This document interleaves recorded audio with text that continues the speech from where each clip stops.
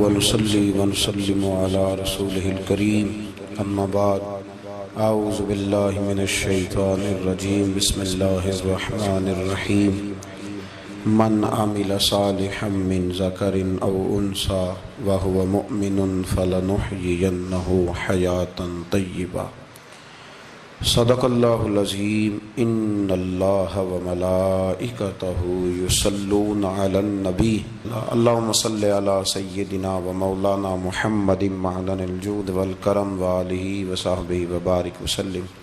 حمد و صلاۃ کے بعد آج رمضان المبارک کی 27ویں رات ہے۔ امام اعظم ابو حنیفہ رحمۃ اللہ علیہ سمیت بہت سارے بزرگ یہ فرماتے ہیں کہ یہی لیلۃ القدر کی رات ہوتی ہے، اگرچہ وہ اس بات کو طے نہیں کرتے، لیکن فرماتے ہیں یہی اکثر ہم نے اسی مقام پر لیلۃ القدر کو پایا ہے۔ نبی رحمت علیہ الصلاۃ والسلام نے صحابہ کرام علیہم رضوان کے سامنے گزشتہ امتوں کے احوال ذکر فرمائے کہ ایک ہزار سال ان کی عمریں ہوتی تھی، 1500 سال تک وہ زندہ رہتے تھے۔ تو صحابہ کے دلوں میں تجسس پیدا ہوا کہ اگر عمر 1000 سال ہوگی تو نماز بھی تو 1000 سال ہی پڑھیں گے نا، اگر عمر 1500 سال ہوگی تو روزے، عبادتیں، یہ سارے کام بھی تو بڑے زیادہ کرتے ہوں گے۔ تو یہ شوق جب پیدا ہوا تو اللہ کریم نے فرمایا کہ محبوب میں ایک رات دیتا ہوں، لیلۃ القدر خیر من الف شہر، جو رات ایک ہوگی پر 1000 مہینے سے بہتر ہوگی، 1000 مہینے سے۔ یہ رات اگر کسی کو میسر آ جاتی ہے اور پھر وہ صدق دل کے ساتھ، یعنی توجہ کے ساتھ، انہماک کے ساتھ، احتساب کی نیت سے، گناہوں کی معافی کی نیت سے اگر وہ اس رات کا قیام کرتا ہے، عبادت کرتا ہے، ذکر کرتا ہے، دعا کرتا ہے، تو محبوب کریم علیہ السلام نے وعدہ فرمایا ہے کہ اللہ اس کے پچھلے سارے گناہوں کو معاف فرما دے گا۔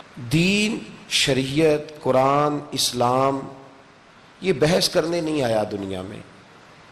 علماء جو بحث کرتے ہیں وہ توضیحات کے لیے، تشریحات کے لیے، تفاسیر کے لیے، وہ ان کا مقام ہے، لیکن ہم جو عوام بحث کرتے ہیں تو سمجھ لیں کہ دین بحث کرنے کے لیے نہیں آیا، دین تو عمل کرنے کے لیے آیا، اس پر عمل کیا جائے گا، عمل کی کوشش کی جائے گی۔ اور قرآن مجید نے کہا من عمل صالحا من ذکر او انثی، جو کوئی بھی اچھے عمل کرے چاہے وہ مرد ہو یا عورت ہو، وہو مؤمن، شرط یہ ہے کہ وہ مومن ہو، فلنحیینہ حیاتا طیبہ، فرمایا ضرور ہم اسے پاکیزہ زندگی عطا فرما دیں گے۔ جو عمل والے لوگ ہوتے ہیں انہیں اللہ کون سی زندگی دیتا ہے؟ حیات طیبہ، پاکیزہ زندگی۔ اللہ پاک، صاف ستھری، غلاظتوں سے پاک زندگی دیتا ہے جو بندہ عمل کرتا ہے۔ توبہ کا مطلب یہ ہوتا ہے کہ میں پچھلے گناہ پہ شرمندہ ہوں اور آئندہ نہ کرنے کا پکا وعدہ کرتا ہوں۔ انسان ہے، وعدے کے باوجود بھی کہیں غلطی کر لیتا ہے تو اللہ معاف کرنے والا ہے، لیکن وہ ساری رات روتا رہا، ہر مسجد سے چیخنے کی آواز آئی، اس نے ساری رات مسجد میں رو کے گزاری، لیکن جھوٹ چھوڑنے کا اس کا ارادہ ہی کوئی نہیں۔ وہ تو کہہ رہا ہے 3 دن کا رمضان رہ گیا ہے، پھر میں نے دیکھ نہیں لینا تمہیں۔ فساد چھوڑنے کا اس کا پروگرام ہی کوئی نہیں۔ وہ تو میاں طے شدہ بات ہے کہ سویرے وہ دکان پہ جائے گا اور صبح جو بیسن بیچے گا نا سموسے اور پکوڑے کے لیے، اس میں بھی ملاوٹ کرنے کا ارادہ رکھتا ہے۔ تو یہ ساری رات توبہ توبہ کہنے کا کیا مطلب ہوا؟ کھل کے ساری رات اس نے توبہ توبہ کی۔ حضرت عمر فاروق رضی اللہ تعالیٰ عنہ کے بارے میں امام ابن جوزی نے لکھا ہے کہ رات کو نا گھر کے اندر بیٹھے بیٹھے اچانک رو پڑے حضرت عمر، 62 سال عمر ہے، خلافت کے آخری ایام چل رہے ہیں، تو رو پڑے ایسے ہی گھر میں بلا وجہ ہی۔ آپ کی اہلیہ نے، زوجہ نے بیٹے کو اٹھایا، فرمایا پتہ کرو تمہارے باپ کو کیا مسئلہ ہے، کہیں کوئی تکلیف تو نہیں، درد تو نہیں، صاحبزادے آئے؟ ابا جی کیا بات ہے؟ فرمایا اماں کو بلاؤ۔ سب لوگ جمع ہو گئے تو جناب عمر فاروق رضی اللہ تعالیٰ عنہ فرمانے لگے کہ بیٹھو میرے ارد گرد۔ سب بیٹھ گئے تو فرمانے لگے آج جب میں مسجد سے نکلا تھا تو میرے نبی پاک کے سچے صحابہ، سچے رسول کے سچے صحابہ، حضور کے سچے غلام یہ کہہ رہے تھے کہ عمر بڑا ہی اچھا ہے، عدل والا ہے، انصاف والا ہے، تو ابا جی اس میں رونے والی کیا بات ہے؟ تو فرمانے لگے ڈر یہ لگتا ہے کہ باہر تو میں اچھا تھا، کہیں گھر میں تو نہیں کوتاہیاں کرتا رہا۔ میری بات پہ توجہ کرنا، کہیں گھر میں آپ باتیں سن لیں تو شاید جتنی میں کرتا ہوں دوسرا کار ہی کوئی نہ سکے، لیکن جب عمل کے راستے پہ ہم نکلتے ہیں تو وہ مسدود ہے، وہ بند ہے۔ عمل کس نے کرنا ہے؟ آپ کوئی آیت پڑھیں تو یہاں غلطی نکالنے والے 20 لوگ مل جائیں گے، 20 لوگ، لیکن اس آیت پہ عمل کرنے والے کتنے ملیں گے؟ تو حضرت عمر فاروق رو رہے تھے، کہنے لگے کہیں تمہارے حقوق تو نہیں پامال کرتا رہا؟ تو آپ کی اہلیہ نے جب سنا تو وہ کہنے لگی عمر مجھے تو بڑا پرانا شکوہ ہے، آپ کا جاہ و جلال اتنا تھا میں بات نہیں کر سکی۔ عمر تم نے سارا دن مسجد میں گزار دیا اور ساری رات نقاب اوڑھ کے مدینے کی گلیوں میں گزار دی، میں تو زندگی کی کوئی خوشی دیکھ ہی نہیں سکی۔ چاہ تو میرے اندر بھی تھے نا کہ میرا شوہر کچھ گھڑیاں بیٹھتا، کہیں مجھے لے کے جاتا، تو میں تو کچھ نہیں دیکھا، مجھے بڑا شکوہ ہے۔ تو حضرت عمر کہنے لگے چل اللہ کی رضا کے لیے معاف کر دے۔ بھئی معافی بیوی سے نہیں مانگی جا رہی، معافی اپنی غلطی کی مانگی جا رہی، یہ سمجھ لیں۔ بیوی کے لیے تو خاوند کا بہت بڑا مقام ہے نا، لیکن یہاں غلطی کس بات کی ہے؟ اپنی کمزوری پر غلطی کا اعتراف کر کے معذرت کا سوال کیا جا رہا ہے۔ تو حضرت عمر کہنے لگے معاف کر دے، تو اہلیہ کہنے لگی میں نہیں معاف کرتی، میری شرط پوری کریں۔ فرمایا وہ کیا؟ فرمانے لگی قیامت میں جب اللہ آپ کے لیے جنت کا حکم دے گا تو آپ میری سفارش کریں گے اللہ کی بارگاہ میں؟ سفارش کریں گے کہ یا اللہ مجھے کپڑے دھو کے دیتی تھی، میری عزت کی حفاظت کرتی تھی، میرے بستر کو پاک رکھتی تھی، کہیں گے؟ تو حضرت عمر فرمانے لگے تیرے ساتھ وعدہ رہا، رب نے اگر عمر کو اپنے فضل، اپنے کرم اور اپنے محبوب کے صدقے جنت دی تو عمر تیرے بغیر جنت میں نہیں جائے گا۔ عمل کا رستہ، عمل کا رستہ دیکھیں نا، 2 دفعہ استاد بات کرتا ہے، 2 دفعہ، اور کوئی زیادہ، ایک تو ہے نا کہ ایم اے اور جناب ایم ایڈ اور ایم فل اور پھر پی ایچ ڈی قسم کا استاد، ایک وہ جو matric P T C teacher ہے نا، وہ 2 دفعہ اسٹوڈنٹ کو کام کہے تو تیسری دفعہ وہ ناراض ہو جاتا ہے، کہتا ہے میں 2 دفعہ کہا ہے۔ بچے کو آپ 2 دفعہ کہتے ہیں اور اگر تیسری دفعہ کہنا پڑے تو غصہ آتا ہے نہیں آتا؟ بھئی تو نے اتنی دفعہ کہا تو سمجھ نہیں رہا بات کو۔ اور اگر اللہ کریم قرآن مجید میں سینکڑوں دفعہ کہے نماز پڑھو، سینکڑوں دفعہ، اور یہ بہانے کر رہا ہے، یہ بھی پروگرام بنا رہا ہے، پھر کہتا ہے میں بے چین رہتا ہوں، میں بے قرار رہتا ہوں۔ عمل کا رستہ اس کو اختیار کریں، آپ سکون میں رہیں گے۔ بد عمل آدمی اور بے عمل آدمی یہ ہمیشہ پریشان رہتے ہیں، ہمیشہ۔ عمل کریں، توبہ کریں تو پھر بدل جائیں، پھر تبدیلی آئے، اور یہ کوئی مشکل کام نہیں، جو بدلنے والے تھے وہ بدل گئے، بڑا کچھ کرتے تھے پر پھر وہ لوگ بدل گئے۔ حضرت فضالہ رضی اللہ تعالیٰ عنہ کہتے ہیں کہ میں بڑا دلدادہ تھا عورتوں کا، اور میرا ماحول یہ تھا کہ میں قتل بھی کر لیتا تھا، معاذ اللہ چوری بھی کر لیتا تھا، اور رات میری طبیعت تھی معاذ اللہ نئی سے نئی عورت کے پاس جانا۔ کہتے ہیں ابو جہل نے اعلان کیا کہ جو نبی پاک علیہ السلام کا سر اقدس معاذ اللہ کاٹ کے لائے گا نقل کفر، کفر نہ باشد، 100 سرخ اونٹ انعام ملے گا۔ تو میں نے ارادہ کر لیا کہ میں بہت سارا انعام حاصل کروں گا۔ قرآن مجید میں نا اللہ فرماتا ہے کہ بہت سارے لوگ ایسے ہیں جنہیں اگر میں رزق میں کشادگی دے دوں، زیادہ پیسے دے دوں، فرمایا باغی ہو جائیں، وہ سرکش ہو جائیں۔ یہ بہت سارے لوگوں کو جو اللہ تبارک و تعالیٰ اعتدال میں رکھتا ہے تو یہ ان کے لیے بہتر ہے۔ ہر بندہ دولت کے ہوتے ہوئے نیک ہو سکتا، تو یہ اللہ اگر رکھتا ہے نا اعتدال میں تو شکر کرے اللہ کا، ورنہ تو لوگ عیاشیاں کریں، پتہ نہیں کیا کچھ کر گزرے۔ تو حضرت فضالہ کہتے ہیں کہ میں نے خنجر تیار کیا اور میں نے بغل میں اس کو چھپایا، اوپر میں نے چادر اوڑھ لی۔ اب مجھے پتا تھا ظہر کی نماز کے بعد نبی پاک صلی اللہ علیہ وسلم طواف کعبہ کے لیے، بیت اللہ شریف کے طواف کے لیے جاتے ہیں۔ کہتے ہیں میں بھی اس طرف بڑھا، رستے میں نا وہ خاتون جس کے گھر میں نے رات آنا تھا، میں نے دروازے پہ دستک دی، میں نے کہا کہ تیار رہنا، تیار رہنا، آج میں بڑے پیسے لے کے آؤں گا۔ اسے میں نے یہ کہا اور پھر میں چلا گیا بیت اللہ شریف کا طواف کرنے۔ کہتے ہیں اللہ کے محبوب بھی طواف کر رہے تھے تو میں نے بھی طواف شروع کر دیا۔ ارادہ یہ تھا کہ جہاں نبی پاک علیہ السلام میرے قریب سے گزریں گے تو موقع پا کر میں حضور کے جسم اقدس پر خنجر کھونپ دوں گا اور معاذ اللہ شہید کر دوں گا. کہتے ہیں حضور ایک دفعہ بھی میرے پاس سے گزرے تو میں ہمت نہ کر سکا, دوسری دفعہ بھی پاس سے گزرے تو میں ہمت نہ کر سکا, تیسری دفعہ بھی گزرے تو میں ہمت. نبی کریم صلی اللہ علیہ وسلم 2-3 دفعہ گزرے تو فرماتے ہیں کہ مجھے موقع نہ ملا, اس لیے کہ حضور فرماتے ہیں اللہ نے روب کے ساتھ میری مدد فرمائی, دشمن پر میرا روب طاری ہو جاتا ہے.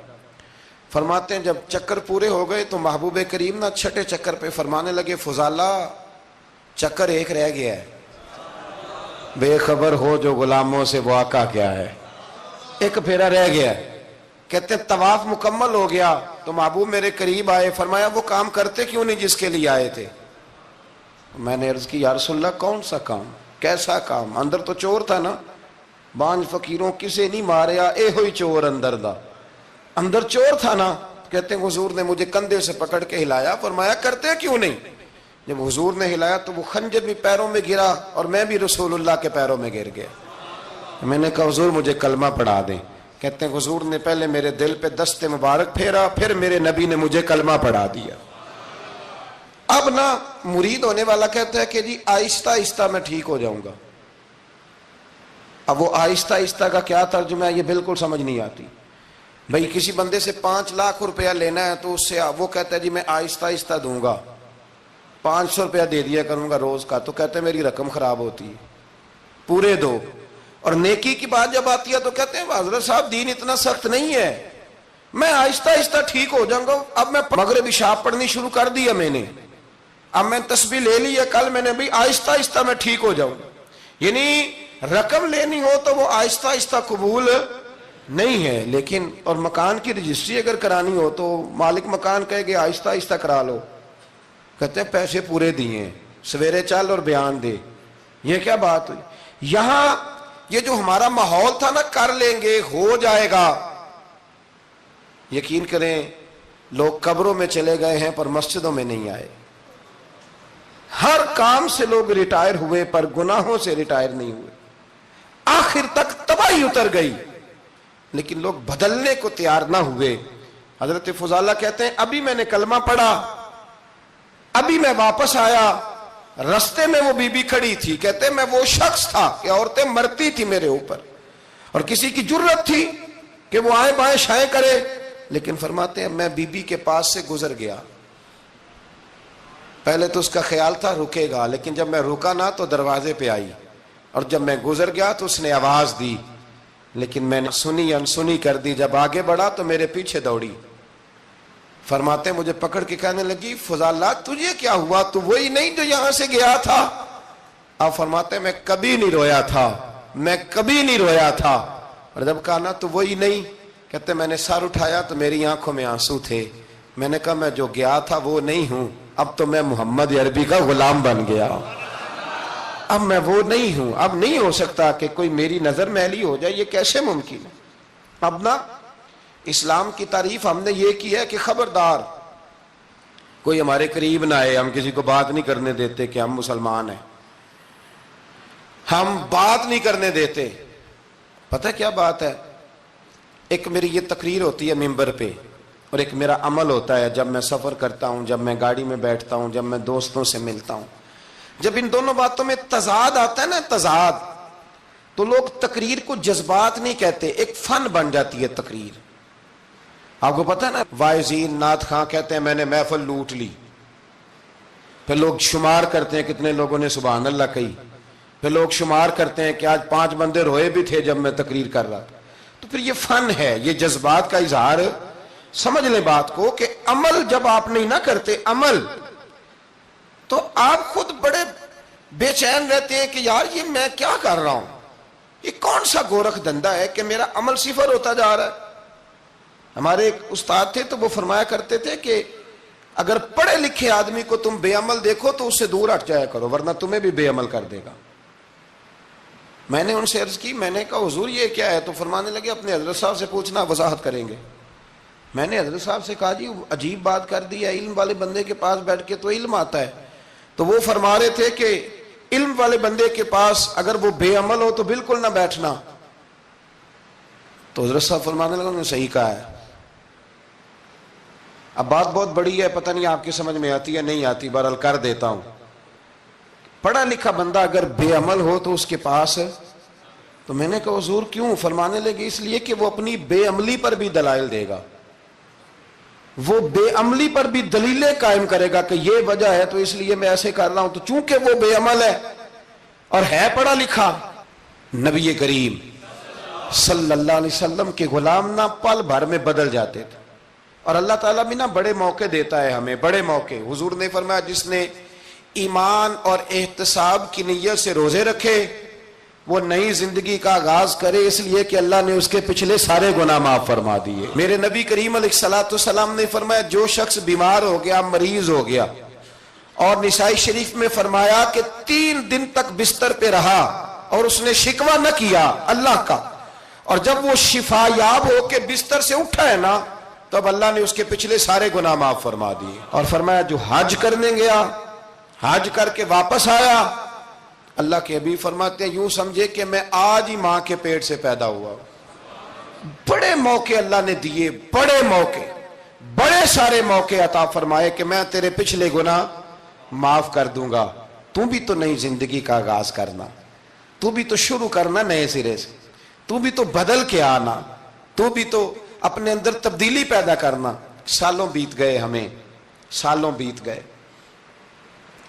تقریر کرتے، تقریر سنتے، قرآن سنتے، پورا پورا قرآن سنتے، ترجمہ اور تفسیر لوگوں نے پڑھ پڑھ کے بڑا بڑا جگہوں پہ لوگ دلائل دیتے، بات کرتے. کب وہ وقت آئے گا جب ہم عمل کریں گے؟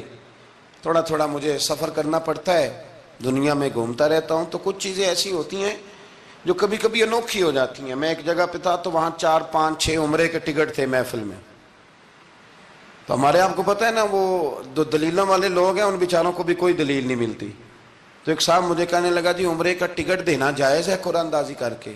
میں نے کہا یار چلو جائز ہی رہنے دو، تیری مہربانی، کہ اب اس پہ بھی اعتراض آ گیا ہے. میں نے کہا 100% جائز ہے، کوئی اس میں کوئی ایسی بات نہیں ہے. لیکن اندازی تو شروع ہو گئی جو حدیث میں نہیں آئی، عمرے کے ٹکٹ والی ہے جائز، پر نبی پاک نے جس قرآن اندازی کا کہا تھا وہ کب ہوگی؟ حضور نے فرمایا تمہیں پہلی صف کے ثواب کا پتہ چل جائے تم قرآن اندازی کرو. وہ کس دن کرنی ہے؟ کس مسجد میں ہوتی ہے؟ حضرت عبداللہ ابن مسعود فرماتے ہیں تمہیں پتہ چلے اذان کا ثواب کتنا، تم قرآن اندازی کرو. کب کرنی ہے؟ کون پڑھے گا اذان؟ کون یہ آگے بڑھ کے کام کرے گا؟ بھئی جو قرآن اندازی حدیث میں ہے وہ کب ہوگی؟ یہ تو قرآن اندازی شروع ہو گئی اور ہو رہی ہے. اب تو لوگ جہیز دینے لگے ہیں قرآن اندازی کر کے، یہ ماحول بن گیا. دین عمل کرنے کے لیے آیا ہے.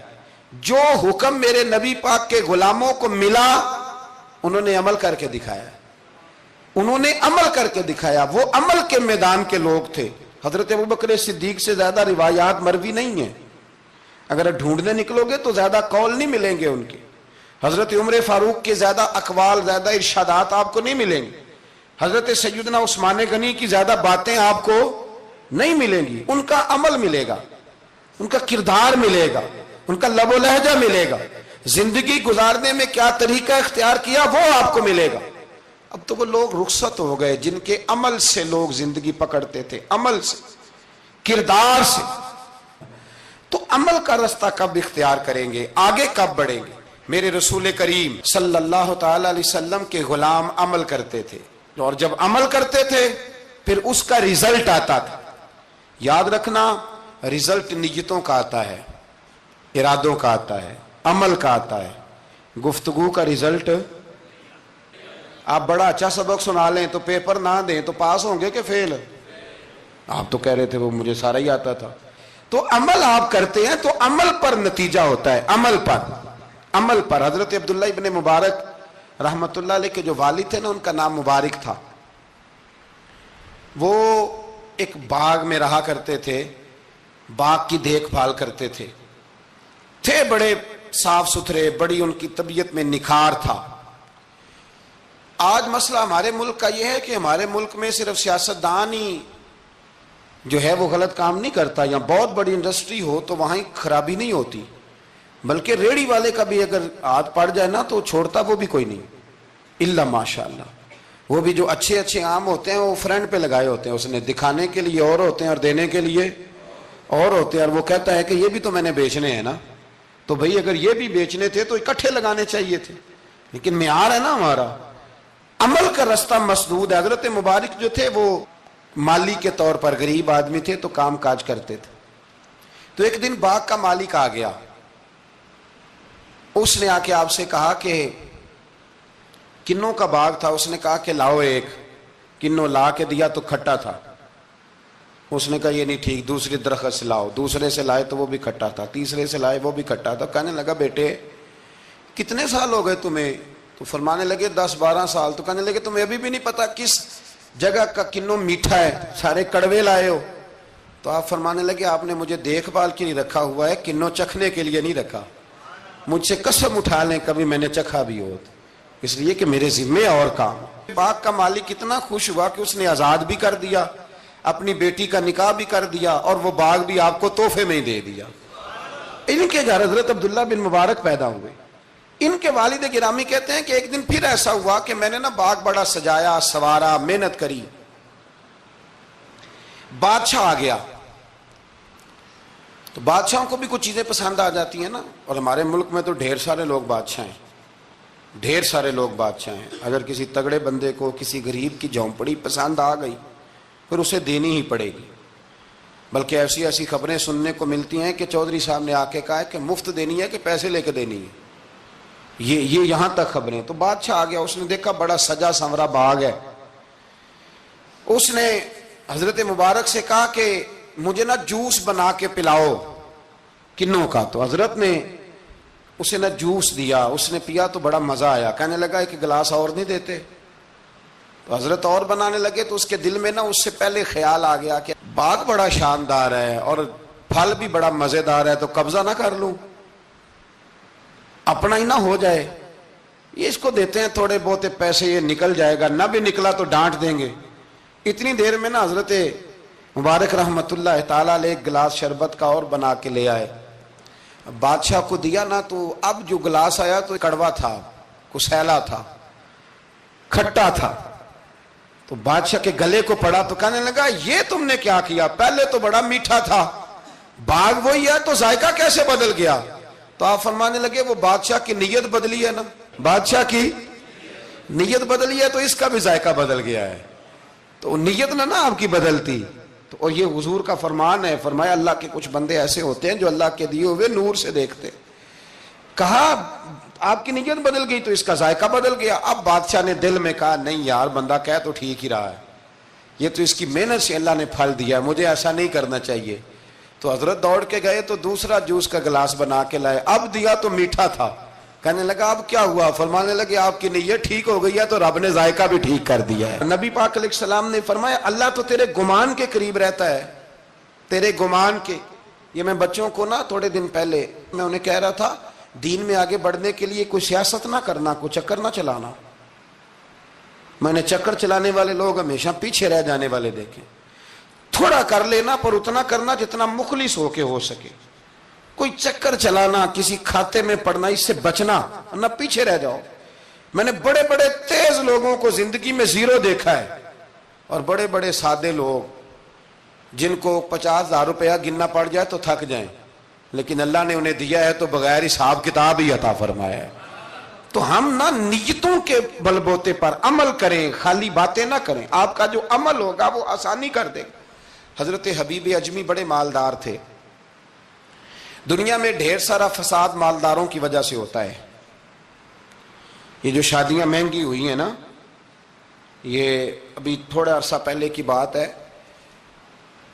کہ شادی میرج ہال میں کرنے کا کسی دیہاتی کو کہتے تھے تو وہ کہتا تھا کہ میں نے نہیں میرج ہال میں کرنی, تی کروں توڑی دیے. اب کیا ہوا ہے؟ کوئی منع کرتا ہے؟ بلکہ جو بڑے دور دراز دیہات ہیں ان میں بھی میرج ہال بن گئے. یہ امیر کچھ قباحتیں ایسی پیدا کرتے ہیں کہ غریبوں کے لیے بھی مشکل ہو جاتی ہے. یہ کچھ ایسے معاملات لاتے ہیں میدان میں کہ پھر عام لوگوں کے لیے اس میں مشکلات ہوتی ہیں, چونکہ وہ رواج بن جاتا ہے معاشرے کا. پیسے والا آدمی اس رواج کو لاتا ہے میدان میں، اس سے خرابی ہوتی ہے. اور پھر میرے غریب کا یہ حال ہے کہ امیر کو رسم چھوڑ دے تو چھوڑ دے، غریب کو قرضہ اٹھانا پڑے چھوڑنی کوئی شے نہیں، اس نے جو مرضی ہو جائے، اس نے کوئی چیز پیچھے نہیں ہونے دینی. حضرت حبیب اجمی بڑے مالدار تھے تو وہ کاروبار کر، یہ مالدار لوگ جو ہوتے ہیں نا یہ تو کہتے ہیں پیسے کو پیسہ ہے نا، کتنا مشہور ہے جملہ، پیسے کو پیسہ. تو یہ پھر مارکیٹ میں پیسہ پھینکتے ہیں تو یہ پیسہ کھینچنے کے لیے پیسہ پھینکتے ہیں، پھر ایک دوسرے کو کہتے ہیں تیری وجہ سے مہنگائی ہوئی ہے، تیری وجہ سے مہنگائی ہوئی. حالانکہ مہنگائی کسی کی وجہ سے بھی ہوتی کس کے لیے؟ غریب کے لیے. مطلب پیٹرول مہنگا ہوا تو کرایہ بڑھ گیا بس کا، لیکن پیٹرول سستا ہوا تو کبھی کرایہ بھی سستا ہوا ہے، اس نے ادھر ہی رہنا ہے. تو مہنگائی کس بیچارے کے لیے ہوئی؟ غریب کے لیے، جس نے گھر جانا ہے نا، اس نے گھر جانا ہے. ابھی ہمارے ایک بچے نے جانا تھا تو سفر لمبا تھا تو کہہ رہا تھا 1000 روپیہ میرے پاس ہے پر کرایہ 1500 لگتا ہے. ابھی بھی لوگ حساب کرتے ہیں اور پھر سوچتے ہیں کہ رستے میں شے کوئی نہیں کھانی، اس لیے کہ پھر کرایہ کہاں سے دوں گا، مینج کر کے رکھتے ہیں. یہ خدمت ہوتی ہے نا علماء کی، حفاظ کی. تو مجھے پتہ ہے، میں اس قبیلے کا آدمی ہوں، مجھے پتہ ہے کہ یہ کیسے حساب کر کے رکھتے ہیں کہ اب اتنے آئے ہیں تو اس میں سے یہاں جس کے پاس ہیں ہی بڑے لمیٹڈ سے تو وہ بیچارہ پہلے سے سوچ کے بیٹھا ہوتا ہے. مجھے پتہ ہے جن کے پاس پھر بے حساب ہوتا ہے وہ پھر مارکیٹ میں پھینکتے ہیں تو کھینچتے ہیں، ظلم کرتے ہیں. حضرت حبیب اجمی کہتے ہیں جب مال دیا اللہ نے تو میں نے سود کا کام شروع کر دیا. اب سود والوں کے پاس بھی بڑی دلیلیں ہیں، انشورنس والوں نے بھی فتوے رکھے ہوئے ہیں، وہ آگے فتویٰ دکھاتے ہیں، وہ کہتے ہیں جناب فتویٰ. تو میں نے کہا کہ فتویٰ مارکیٹ میں میری طرح کے مولوی ہیں میاں، اب کیسی بات کرتے ہو، فتویٰ تو مل ہی جاتا ہے. لیکن نبی کریم علیہ السلام کا وہ فرمان ذہن میں رکھنا کہ حضور نے فرمایا ایک حلال ہے تو ایک حرام ہے، ایک میں شک ہے. اللہ کے نبی فرماتے ہیں تم نے شک والی چیز سے بھی بچنا ہے. اس میں مشکوک ہو گیا نا کہ پتہ نہیں. اب دیکھیں نا علماء کا یہاں اختلاف ہے، جو جائز کہتے ہیں قابل احترام ہے، لیکن جو ناجائز کہتے ہیں ان کے بھی تقوی میں کوئی شک، تو شک آ گیا نا اس بات میں. تو حضور نے فرمایا تم شک والی چیز سے بھی بچو. حضرت حبیب اجمی کہتے ہیں میں سود کا دھندا کرتا تھا، بڑا سود لاتا تھا، بڑا سود، اور یہ سود جس پہ چڑھ جاتا ہے اس پہ اترتا نہیں. پاکستان کا بھی بنیادی مسئلہ یہ ہے کہ سود اتنی بڑی نحوست ہے کہ یہ اللہ رسول سے جنگ ہے، کیونکہ بہت زیادہ سود ہم دیتے ہیں. اس لیے میں تو آپ کو پتہ ہے جو کوئی برا کام کرے اس کو برا کہنا چاہیے. حکومتی لیول پر تنقید اس لیے اچھی ہوتی ہے کہ لوگوں تک جب پہنچتی ہے تو فائدہ دیتی ہے، لیکن جو بندہ اچھا کام کرے اس کی اچھائی کو بھی بیان. حضرت حبیب اجمی رحمت اللہ تعالی علیہ فرمانے لگے کہ سود کا کاروبار میں نے شروع کر دیا اور بڑا وسیع تھا میرا کام سود کا، میں سود لیتا تھا، سود پہ گزارا ہوتا تھا. میری بیوی مجھے سمجھاتی تھی کہ یہ سود ہے، یہ حرام ہے، یہ غلط ہے، سے بچو. کہتے ہیں وہ کئی دفعہ مجھے کہتی تو میں ڈانٹ دیتا. ایک دن نا میں سود کے پیسے لے کے نا آ رہا گھر، اس کا میں نے گوشت خریدا، بیوی کو دیا کھانا پکانے کے لیے تو اس نے ہنڈیا چولہے پہ رکھی. کہتے اس نے ذرا اس کے اندر چمچہ جو چلایا ہنڈیا میں تو وہ لایا میں گوشت تھا پر سارے کا سارا خون بن گیا، خون بن گیا سارے کا سارا. اللہ اکبر. کہتے ہو میری بیوی چیخیں مارنے لگی اور لا کے میرے آگے رکھا، کہنے لگے یہ تیرے سود کے پیسے خون بن گئے، آ تجھے بھی پلاؤں اور تیرے بچوں کو بھی. وہ کہتے ہیں نا کچھ لوگ کے گھر کے کونے سے چیخنے کی آواز آتی ہے تو سارے پیر بلائیں یا فرق کوئی نہیں پڑتا. تو میں کہتا ہوں پھر غور کر لو، شاید اس کونے میں کسی یتیم کے پیسے لگ گئے ہوں، کسی بیوہ کی آہیں ہوں. اگر اس رقم کی کوئی گھر بن جائے نا تو پھر ساری دنیا کے پیر جمع کرو تو چیخنے کی آوازیں بند نہیں ہوا کرتی. حضرت حبیب اجمی رحمت اللہ تعالی علیہ فرمانے لگے کہ وہ جب بن گیا نا خون تو اب میرے اندر نا چوٹ لگی کہ یار اگر دنیا میں اللہ تعالیٰ مجھے نظارے دکھا رہا ہے تو آخرت میں میرا کیا بنے. کہتے ہیں میں درد کے ساتھ باہر نکلا. بچے گلی میں کھیل رہے تھے، جب ان کے قریب سے گزرنے لگا نا تو ہم تو کہتے ہیں نا لوگ حسد میں بات کرتے ہیں، لیکن ایسی بات نہیں ہے. کچھ شریر لوگ ہوتے ہیں جو حسد میں بات کرتے ہیں، پر دیکھنا چاہیے کہ لوگ ہمارے بارے میں کیا کہتے ہیں. انتم شہداء اللہ فی الارض، حضور نے فرمایا تم زمین پر اللہ کے گواہ ہو. مومن جو تمہارے بارے میں کہے کان لگا کے سنو، لوگ تمہیں کیا کہتے ہیں، کن لفظوں سے یاد کرتے ہیں؟ جن لفظوں سے لوگ دنیا میں یاد کرتے ہیں، مرنے کے بعد بھی انہی لفظوں سے یاد کریں گے، انہی لفظوں سے۔ کوئی تمہارے لیے ہاتھ اٹھا کے دعا نہیں کرے گا۔ ہاں اگر تم نے خیر کی ہوگی تو پھر لوگ گلیوں سے نکل نکل کے آئیں گے، پھر لوگ روئیں گے کہ بندہ بڑا تھا۔ تو حبیب اجمی کہتے ہیں میں باہر نکلا تو بچے کھیل رہے تھے، تو ایک بچہ ان میں سے کہنے لگا پیچھے ہٹ جاؤ، پیچھے ہٹ جاؤ، بڑا ظالم ہے، بہت بڑا سود خور ہے۔ چھوٹا بچہ، ایسا نہ ہو کہ اس کے پیروں سے مٹی اڑے اور ہمارے کپڑوں پہ پڑ جائے تو ہمیں بھی نحوست ملے، چھوڑو سودیا ہے۔ کہتے ہیں میرے دل پہ اور چوٹ لگی، میں نے کہا یا اللہ تیری چھوٹی چھوٹی مخلوق بھی مجھ سے نفرت کرتی، یہ بچے تک کہتے ہیں کہ میں اس طرح کا ہوں۔ بچے فرمانے لگے، میں وہاں سے سیدھا حضرت حسن بصری کے پاس گیا، میں نے کہا حضور مجھے توبہ کرا دیں۔ یہ پتہ ہے اللہ والوں کے پاس لوگ کیوں جا کے توبہ کرتے تھے، مرید ہوتے تھے؟ اس لیے کہ توبہ پہ قائم رہنا بڑا مشکل ہوتا ہے۔ کوئی ایسا بندہ ہونا چاہیے جو ہمیں توبہ پہ قائم رکھے، جو روز ہمیں نصیحت کرے۔ دیکھیں نا، ہمارے سینئر ہوتے ہیں ہر فیلڈ میں، اگر کہیں ہم الجھ جاتے ہیں تو اپنے سینئر سے بات کرتے ہیں۔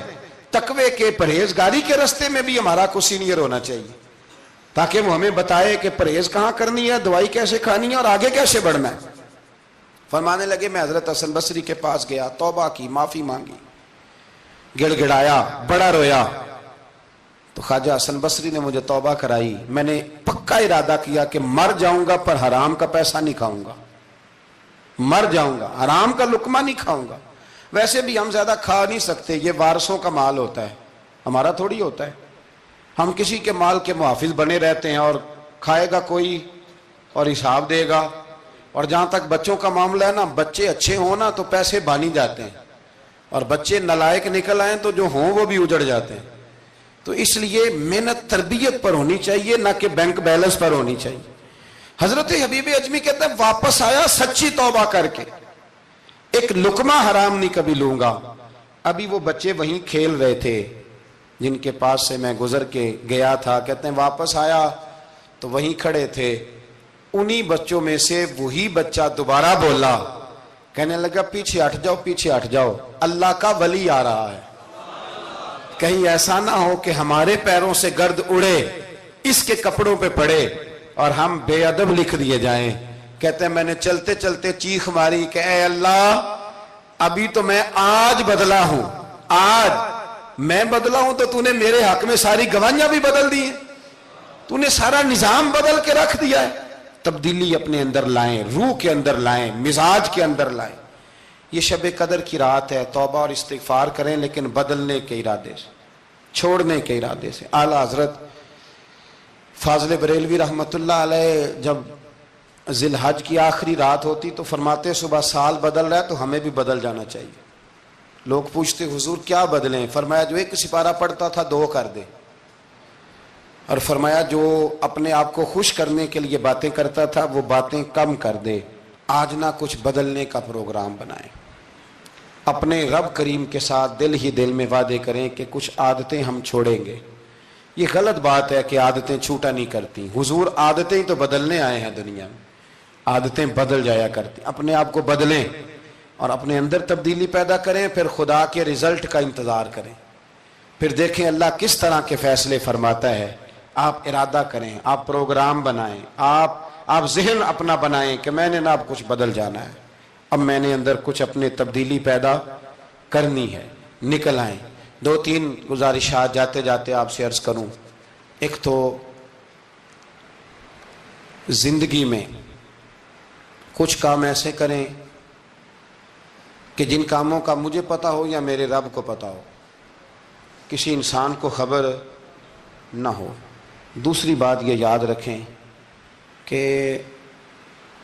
دین کا کوئی کام بھی زندگی میں کرے نا تو اپنے اوپر مشقت کریں کہ وہ کام میں نے ریاکاری کے طور پہ نہیں کرنا، وہ دکھلاوے کے طور پہ نہیں کرنا۔ دینی معاملات کے اندر، دینی کاموں کے اندر، یعنی پہلے آپ اپنے آپ کو مطمئن کریں کہ واقعی آپ فی سبیل اللہ وہ کام کر رہے ہیں۔ اب یہ جو رسم ہے نا بے تحاشا، کچھ چیزیں بوجھ بننے لگ گئی ہیں، بوجھ۔ طبیعت محسوس کرتی ہے کہ یہ کیا ہو رہا ہے، مطلب ہم وہ کام کریں گے سیکھ کے، سن کے، تیار کر کے، باہر آئیں تھوڑا۔ حضرت ابو مرتعش ایک درویش گزرے، وہ کہتے ہیں میری حج کی تیاری تھی، میں گھر میں بیٹھا تھا، بالکل تیار تھا، کل پرسوں جانا تھا، تو میری اماں نے پانی مانگا، بیٹا پانی دینا۔ رسالہ کشیریہ میں اس کو لکھا ہے، کہتے ہیں اماں جی نے کہا پانی لاؤ، تو میں نے نا چھوٹے بھائی سے کہا اماں جی کو پانی دینا، اماں جی نے مجھ سے پانی مانگا ہے۔ یہ جو پیر صاحب ہوتے ہیں ان کو بھی اماں کی خدمت کرنی چاہیے کہ نہیں کرنی چاہیے؟ وہ جو انڈسٹری کا مالک ہے 2 کروڑ روپیہ وہ نرس رکھ دے اماں کو کہ خود اماں کو روٹی کھلائے؟ وہ کہتا میں کر تو رہا ہوں، میں ہی تو تنخواہ دیتا ہوں، بی بی جو رکھی ہوئی ہے۔ کس کو خدمت کرنی چاہیے؟ ڈاکٹر صاحب کو، انجینئر صاحب کو۔ نبی وقت بھی ہونا، نبی وقت بھی اور ولی وقت بھی، تو ماں اس کے لیے بھی قابل تعظیم ہوتی۔ آپ بات کو سمجھے؟ نبی کریم علیہ السلام تو اپنی رضائی ماں آتی تھی تو حضور اٹھ کے کھڑے ہو جاتے تھے۔ حضور نے کہا یہ تعظیم کا موقع ہے۔ حضرت ابو مرتعش کہتے ہیں اماں نے پانی مانگا، کل میں نے حج پہ جانا تھا، چھوٹے بھائی سے کہا ذرا اماں کو پانی دینا، چونکہ میں تو پیر صاحب ہوں، میں تو علامہ صاحب ہوں، 25-30 آدمی ابھی گلی میں کھڑے ہیں مجھے ملنے والے، پتر تو پانی لا دے، پانی کی بات ہی ہے نا۔ کہتے ہیں فوراً میرے دل میں خیال آیا کہ سینکڑوں میل کا سفر حج کا پیدل کرنا ہے، اس کے لیے تیرا نفس تیار ہے، اور یہاں سے اٹھ کے وہاں مٹکے سے پانی ڈالنے جانا ہے اماں کے لیے، اس کے لیے ذہن تیار نہیں۔ فرماتے ہیں پھر میرے اندر سے آواز آئی کہ یہ تو حج کرنے جا رہا ہے نا، اس میں لوگ تجھے حاجی کہیں گے، اور واپسی پہ تیرے گلے میں پھولوں کا ہار ڈالیں گے، لیکن اماں کو پانی پلانے پر تو کوئی بندہ انعام نہیں دے گا، کوئی شور نہیں ہوگا۔ تو فرماتے ہیں میں سمجھ گیا کہ ابھی میں حج کے لیے نفسیاتی طور پر تو تیار ہوں، پر دلی طور پر تیار نہیں ہوں۔ کہتے ہیں میں نے حج کا ارادہ چھوڑ دیا۔ میری اماں کہنے لگی بیٹے جاتا کیوں نہیں؟ میں نے کہا اماں پہلے تیرے تک پہنچ لوں، پھر بیت اللہ شریف تک بھی پہنچ جاؤں۔ تو دینی کام زندگی میں کوئی بھی کرے نا، مخلص ہو کے کریں، نکل آئیں تسنوں سے، بس کریں۔ یار مطلب سب کے سامنے اداکاری تو اللہ رسول کے سامنے بھی اداکاری، چھوڑ دے یار۔ مطلب ویسے بھی میں کہتا ہوں اداکاری کرتے بندہ تھک جاتا ہے، اداکاری کرتے کرتے نا بندہ وہ لمبی نہیں چلتی۔ تو آپ نارمل زندگی میں اللہ رسول کے ساتھ رہیں گے تو وہ آپ کے لیے بہتری ہوگی، آسانی ہوگی آپ کے لیے۔ میں شب برات کی محفل کے بڑے پوسٹر نہیں بنواتا، شب قدر کے بھی نہیں بنواتا، اگر کبھی بنتے ہیں تو دوست کوئی بنا کے لگا دیتا ہے، بڑا مختصر سا پیغام، وہ بھی شاید آج کیوں بلا۔ میں دوستوں کو ہمیشہ کہتا ہوں کہ جس کو تنہائی میں شب قدر میں مزہ آتا ہے نا اللہ اللہ کرنے کا، وہ تنہائی میں کرے، لیکن زیادہ تر لوگ کر نہیں پاتے، اس لیے ہم محفل کو سجاتے ہیں۔ اس میں کوئی ایسا مقصد نہیں، کوئی ایسا معاملہ نہیں، خدا را کچھ تھوڑا سا اخلاص للہیت پیدا کریں طبیعت میں، اور کبھی بھی دین کے معاملے میں کسی جگہ بھی کوئی ایسا کام نہ کریں جس میں رکاوٹ ہو، آزمائش ہو۔ ابھی کی بات بتاتا ہوں، میں نے ہمارے جو تراویح کے حافظ صاحب ہیں ان کی خدمت کی۔ ابھی ہم نے، مجھے ایک سنگی کہنے لگے آپ نے بتایا نہیں کیا دیا ہے۔ میں نے کہا میرے خیال میں بتانے کے لائق ہوتے تو شاید بتاتا۔ اب آپ کسی کو 2-4 ہزار دے کے اس کا اعلان کریں گے تو یہ کچھ چیزیں ہیں نہیں اعلان کرنے والی۔ پھر یہ کہ وہ میں دیکھتا رہتا ہوں نا جی، تصویریں پہنچتی رہتی ہیں کہ جو 500 دے رہا ہے وہ بھی فوٹو کھنچوا رہا ہے، جو سوٹ دے رہا ہے وہ بھی فوٹو کھنچوا رہا ہے۔ تو جو ایک جگہ پہ میں کھانے کے لیے بیٹھا تھا ٹیبل پہ، تو انہوں نے پہلے نا برتن اٹھا کے تو چاولوں کی فوٹو کھینچی، پھر قورمے کی کھینچی، پھر ساری چیزوں کی۔ تو میں نے کہا کہ یار پہلے ہمیں پوچھ لو ہم نے کیا کیا کھانا ہے، جو کھائیں گے اس کی فوٹو کھینچ لینا۔ اب تم ہماری فوٹو کے ساتھ قورمہ فٹ کرو گے تو لوگ تو کہیں گے نا مولانا کھا کے گئے، تو میں نے پتہ نہیں کھانا ہے نہیں کھانا۔ تو آپ ڈریں اللہ تعالیٰ سے، ہر بات میں تھوڑی یہ مطلب تسنع آئے گی، ہر بات کے اندر تھوڑا یہ معاملہ رہے گا۔ تو تیسری گزارش جو بڑی ضروری اور بڑی اہم ہے، دنیا میں جو چیز اس وقت سب سے زیادہ پریشانی کا شکار ہے وہ دینی اقدار ہیں۔ ہر شعبے میں تیزی سے کام ہو رہا ہے، تیزی سے، اور دینی اقدار کو لوگ پیچھے کرتے جا رہے ہیں۔ کئی بہانے ہیں لوگوں کے پاس، کہتے ہیں مولوی لڑتے بڑا ہے تو ہم کدھر جائیں، تو میں کہتا ہوں کون سا مولوی کہتا ہے شراب پیو؟ کہا ہے کبھی کسی مولوی نے؟ وہ کوئی بھی ہو. کسی نے کہا ہے کہ رشتہ داروں کے تعلقات خراب کر لو؟ کسی نے کبھی کہا ہے کہ ڈاکے مارو؟ تو آپ کیا بات کرتے ہیں صاحب؟ کون سا مولوی کہہ رہا ہے کہ چوریاں کرو؟ تو دینی اقدار اور چیز کا نام ہے. اصول میں اختلافات ہیں، وہ اپنی جگہ پہ قائم ہیں، وہ رہیں گے، چلے آ رہے ہیں، لیکن آپ دینی اقدار کا خیال کریں. اب نئی بحث چھڑ گئی ہے کہ مسجد میں سیمنٹ کی بوری دینے سے بہتر ہے کسی غریب کو آٹے کا تھیلا دے دو. اصل بات یہ غریبوں کی آواز بند کرنا چاہتے ہیں. ایک مسجد واحد جگہ ہے جہاں سے غریبوں کی آواز بلند ہوتی ہے. سویرے تجربہ کرنا، سویرے کسی مسجد میں افطاری کے وقت پہنچنا، لائنوں میں لگ کے لوگ افطاری کر رہے ہوں گے اور سینکڑوں لوگ روٹی کھا رہے ہوں گے اور ان میں امیر کوئی بھی نہیں ہوگا، سارے ماڑے لوگ ہوں گے. تو مسجد ہی تو ہے، جب بنتی ہے تو غریب کی بات ہوتی ہے، غریب کو روٹی ملتی ہے. یہ مدارس کے اندر سیٹھوں کے بچے پڑھنے آتے ہیں، تو یہ کفالت خانہ نہیں سمجھتے آپ تو لوگوں کو بھکاری بنا رہے ہیں. بھکاری.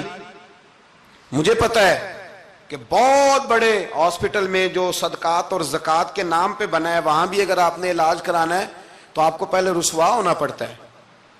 ناراض نہ ہونا، میں بتا رہا ہوں رسوا ہونا پڑتا ہے، میں ذمہ داری سے کہہ رہا ہوں. وہ کہتے ہیں جاؤ جا کے اپنے علاقے سے لکھوا کے لاؤ کہ ہم نے زکوٰۃ میں سے علاج کرانا ہے. لکھوانا پڑتا ہے کہ نہیں لکھوانا پڑتا؟ یعنی جو ہسپتال بنا ہی صدقات اور زکوٰۃ پہ ہے، میں کسی کو ٹارگٹ نہیں کر رہا، لیکن وہ کہتے ہیں جاؤ 4 آدمیوں سے لکھوا کے لاؤ. پہلے آپ نے لکھوانا ہے، پھر آپ نے تصدیق کرانی ہے، پھر پاپڑ بیلنے. تو کتنے لوگوں کے سامنے پردہ کھلا کے زکوٰۃ کے ساتھ آپ یہ کرا رہے ہیں. اور اصول کیا ہے؟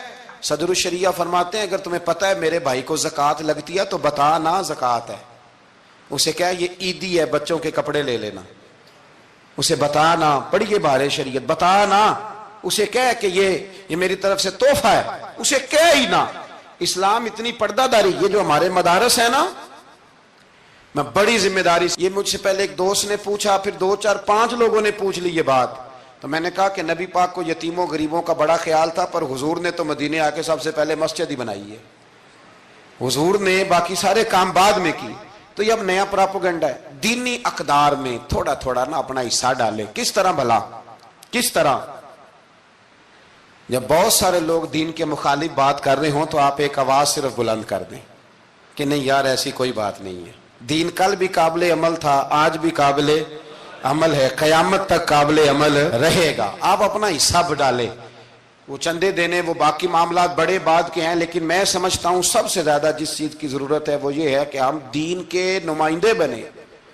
اب نہ 50 لوگ دین مخالف بات کر رہے ہوتے ہیں، پر ایک بھی اٹھ کے کہتا نہیں کہ یار یہ آپ ٹھیک نہیں کہہ رہے، یہ بات غلط ہے، یہ درست نہیں ہے. میں آپ سے گزارش کروں گا، وہ آپ کسی میدان میں بھی ہیں، کسی چوک میں بیٹھے ہیں، سوشل میڈیا پہ بیٹھے ہیں، کہیں بھی بیٹھے ہیں، آپ اپنے دین کے نمائندے بنیں. اس تیزی کے ساتھ لبرل لوگ دین کو بدنام کرتے ہیں، اس تیزی کے ساتھ نظام کو چلاتے ہیں، اتنی خرابی پیدا کرتے ہیں کہ آنے والی نسل دین بیزار ہوتی جا رہی. دین بیزار یعنی بچے خوف کھاتے ہیں مسجد کے، مدرسے کے، مولوی کے نام سے خوف کھاتے ہیں. اور خدا کے بندو، جس بندے نے پاکستان بنایا تھا نا، خواب دیکھا تھا، وہ بندہ اس دور میں پی ایچ ڈی تھا جب پی ایچ ڈی بندے چراغ لے کے نہیں ملتے تھے. اقبال نے اس زمانے میں پی ایچ ڈی کی جب پی ایچ ڈی پتہ نہیں شاید خال خال ہوتی تھی. وہ ڈاکٹر بھی تھے، وہ شاعر بھی تھے، فلسفی بھی تھے، ادیب بھی تھے، بہت بڑے منطقی تھے اقبال. اور ردیف قافیہ، مجھے تھوڑی سی دلچسپی ہے شاعری سے، پر میں دنگ رہ جاتا ہوں جب اقبال کو پڑھتا ہوں کہ پتہ نہیں لفظ اس بندے کے سامنے ہاتھ جوڑ کے کھڑے رہتے تھے ہمیں استعمال کر. لیکن اس بندے نے علامہ کہلانا پسند کیا. اسے کوئی علامہ کہتا تھا تو اقبال راضی ہوتے تھے، فرماتے تھے جب کہ مجھے علامہ کہتا ہے تو مجھے یوں لگتا ہے کہ میں مصطفیٰ کے دین سے جڑا ہوں. وہ پسند کرتے تھے یہ بات کہنا، پسند کیا اس شخص نے. یہ آپ سمجھے، سرما تھا میری آنکھ کا خاک مدینہ و نجف، یہ پسند کیا اس بندے نے یہ بات کہنا. اس نے پسند کیا اپنے آپ کو رسول اللہ صلی اللہ علیہ وسلم کا غلام کہنا. آپ سمجھے نہ جہاں میں کہیں بھی اما ملی، جو اما ملی تو کہاں ملی. کہنے لگے میرے جرم خانہ خراب کو تیرے عفو بندہ نواز. تو اس لیے دین کے آپ محافظ بنیں، اور میرے سے زیادہ آپ کی آواز بلند ہوگی. جب ایک اسٹوڈنٹ پینٹ شرٹ پہن کے دین کی بات کرے گا تو لوگ کہیں گے نہیں رمق ہے، اس کو یہ کہہ کے بند نہیں کریں گے تو مولوی ہے تیری. تو میں آج شب قدر میں آپ سے گزارش کرتا ہوں, میں منت کرتا ہوں. اب نہ بڑی تباہی ہو گئی ہے, میری نسل کے آنے والے بچے دین بیزار ہو گئے, وہ ڈرتے ہیں, شب قدر کی راتوں میں مسجدوں میں نہیں آتے, شب برات کی راتوں میں مسجدوں میں نہیں آتے. ایک تیزی سے جال پھینکا گیا ہے اور کافر اس میں کامیاب ہے. خدا را واپس لوٹو, اپنے دین کے نمائندے بنو. اقبال کہا کرتے تھے میری زندگی کا مقصد تیرے دین کی سرفرازی, میں اسی لیے مسلمان, میں اسی لیے نمازی. کہنے لگے یا رسول اللہ میں مسلمان بھی اس لیے ہوں کہ میں دین کی بات کروں گا, اور نماز بھی اس لیے پڑھتا ہوں کہ تیرے دین کا جھنڈا بلند ہوگا. پر دین نبی دا وانگ یتیمہ رووے تے کرلاوے, تے آکھے میں کتھوں لبا عمر بہادر جڑا مینوں سینے لاوے. بڑی قسم پرسی ہے. دین کے نمائندے بنو, دین کی ذمہ داریوں پر آپ اپنا کردار ادا کرو, یہ بڑا ضروری ہے. تھوڑی منصوبہ بندی دین کے لیے بھی کرو. اگر پروفیسروں میں, ڈاکٹروں میں, انجینئر لوگوں میں, سیاست دانوں میں آپ کو اچھے لوگ مل جاتے ہیں اور آپ دل و جان سے ان پہ قربان ہونے لگتے ہو, تو کوئی دیندار بھی تلاش کاری لو, انشاءاللہ بڑے بڑے اچھے لوگ مل جائیں گے, اور اللہ کے فضل سے مل جائیں گے, اللہ کے کرم سے مل جائیں گے. اور یہ وہ والا کھیت ہے جو اکثر سرسبز و شاداب ہی رہتا ہے, اکثر سرسبز و شاداب ہی رہتا ہے, اکثر اس کے اندر خوبصورتی اور پھل پھول اور پودے لگے رہتے ہیں. جو میں نے کہا میں دعا کرتا ہوں اللہ اسے قبول فرمائے. جہاں ہم بھول گئے میری دعا ہے اللہ ہم سے درگزر فرمائے. خیر کی بات کی اللہ ہمیں توفیق عطا فرمائے.